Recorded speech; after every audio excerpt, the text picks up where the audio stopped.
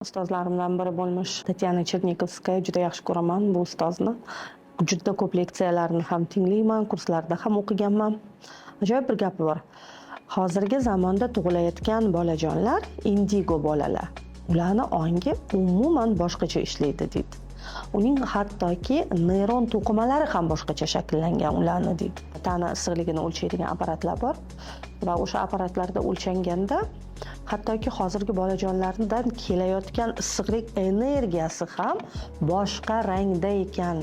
Hozir dunyoda robotlar dunyoga kelyapti-da. Men qo'rqaman robotdan. Meni uyimda bitta robot ish qilib yurishidan qo'rqaman. Endi oddiy oladigan bo'lsak, ana u bolajonlar qo'rqmaydi. Nega? Chunki ular o'sha rassadan dunyoga kelishgan, o'sha olamdan dunyoga kelishgan, o'sha ong rivojlangan olamdan dunyoga kelgan. Shuning uchun ham ular mana bu robotlardan qo'rqmaydi. Tushunyapsizmi? Men qo'rqaman undan. Hozirgi bolalar ular boshqa odamlar. Buni o'sha fan isbotlayapti. Hozirgi bolalarga nom berilyapti.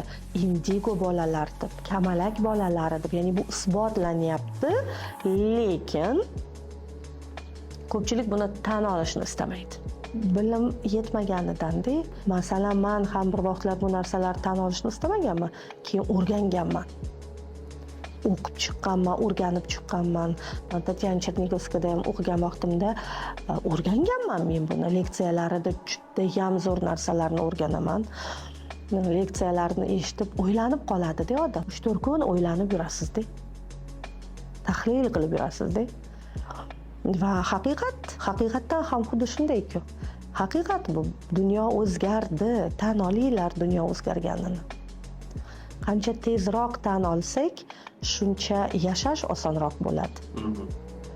Qancha tan olmay inkor etsak, shuncha bu dunyoga moslasha olmay qolamiz.